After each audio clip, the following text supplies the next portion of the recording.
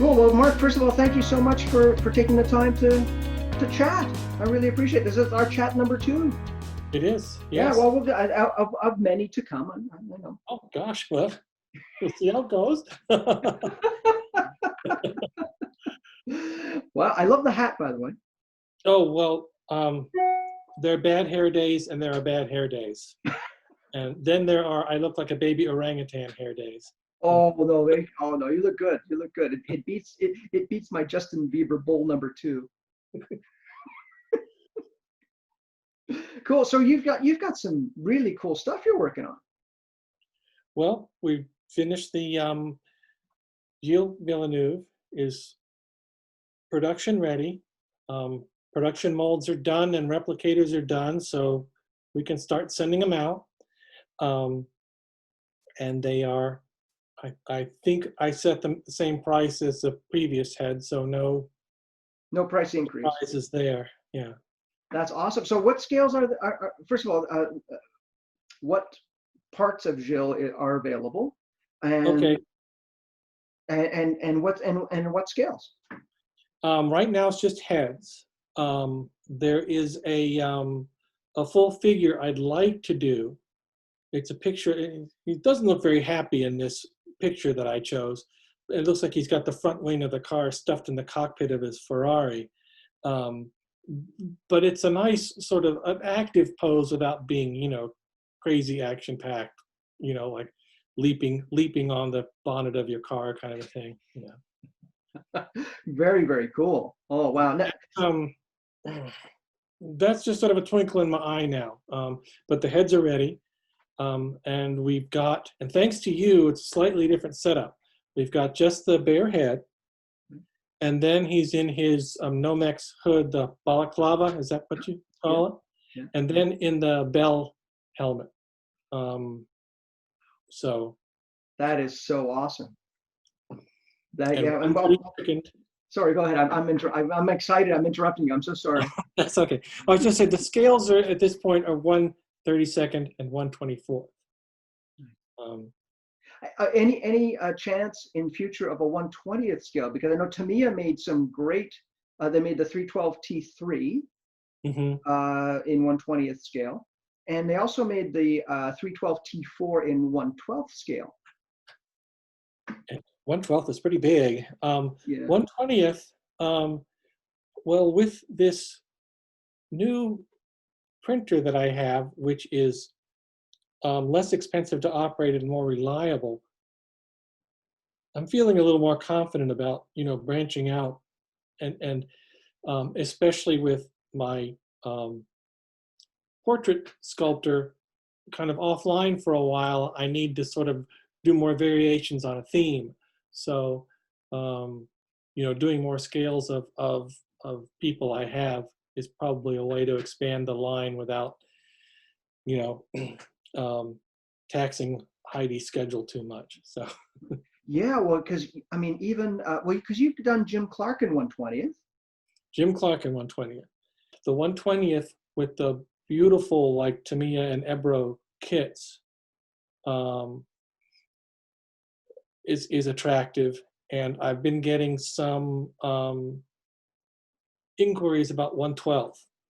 Like I say, that just seems huge to me, but well, one of the considerations you may one of the things you may consider, you may only have to do the head in 1/12 because the bodies for that scale, especially Tamiya, already exist. okay.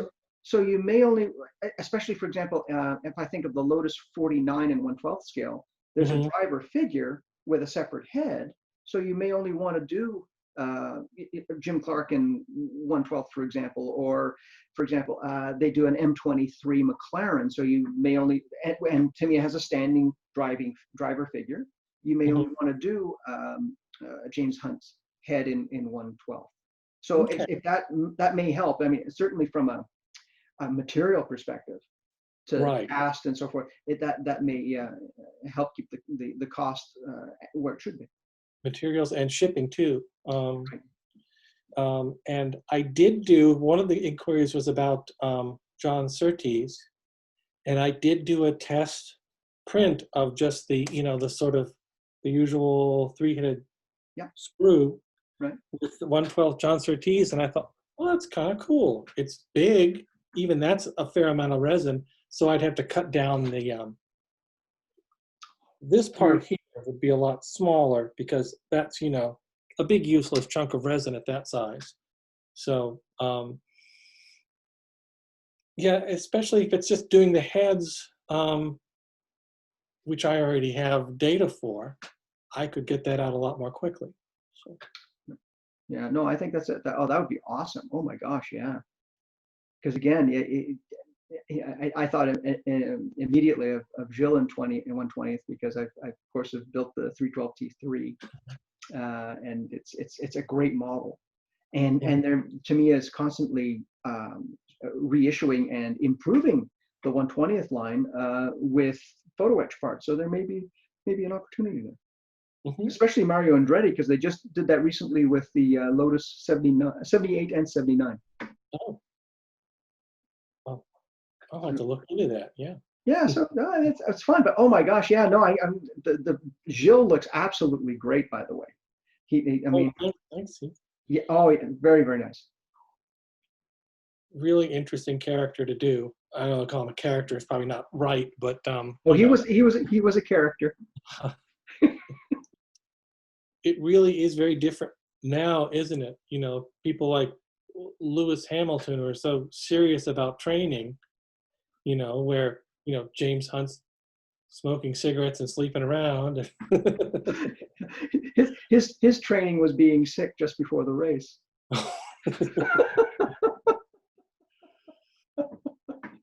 Yeah, that was working the abs. That's so cool. Now that you've got Gilles done, have you pondered any other drivers that you might be thinking about in the future, or? Well, right now,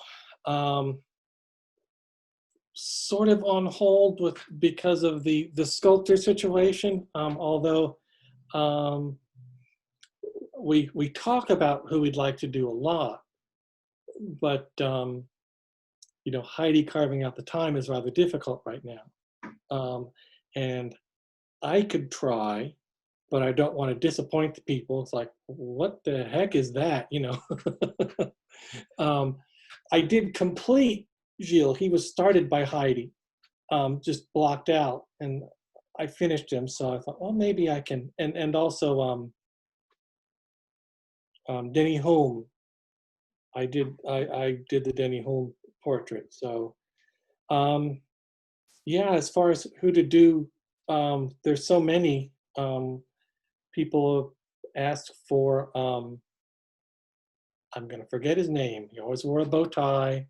Oh, Mike Hawthorne. Mike Hawthorne. Yep. Hawthorne. Ascari. And then more modern era, Senna and Prost. And I know that Senna would be very popular. He's got so many fans. And one of the people in the Austin Slot Car Club is from Brazil and claims to be a distant cousin. Well, I imagine everybody does. Yeah, exactly. Wow, that would be really cool. Now, I was wondering if there's anything that you currently had that could be massaged. Well, yeah, that's how we ended up with Hulme. Started off as Fangio, and sort of, I thought basic masses were similar enough, so could look at that. That's very cool. That's very. Oh, someone else I'd like to do is Pedro Rodriguez. Such a great driver, and just being a stone's throw from Mexico. We've got Gilles. Feel like I owe it to our friends to the south to do, Rodriguez. Or now was Folion Gonzalez, was he was not Mexican, was he? No, I think he was from Argentina. Argentina. Okay. I think so, yeah. They called him the Bear. He's the one that rode and track did the famous PS with, in my time, the tires were skinny and the drivers were fat. Yes. Yeah, he was quite the driver for sure. Yeah. Oh my goodness. Wow. Oh geez. Yeah. No, you're right. You've got so many wonderful options. Mm-hmm. Geez. Yeah. I mean, and then it depending on how, if you have one with a nose that doesn't sort of come out properly, you could maybe even do a rint. Oh, yeah. Well, he was actually on the short list, before things got sort of thrown into a cocked hat. So he's got a very interesting face shape, though. And Yeah, that was accentuated with an accident that he had in Spain in the Lotus 49, where he went full face into a steering wheel. Ooh, Yeah, yeah. just that aluminum plate, right? Basically, yeah, yeah. Oh, ooh, those were the days. Yeah, that's just like, oh. But he was an amazing driver. Oh my goodness. Yeah, very, very cool. Well, that's great. Okay, so as I said, thank you so much for at least allowing us to announce this for you. I really, really appreciate that. I appreciate it very much too. A little embarrassing, but that I can't find the password to my website, but well, you know what the good news is? It's a really good password.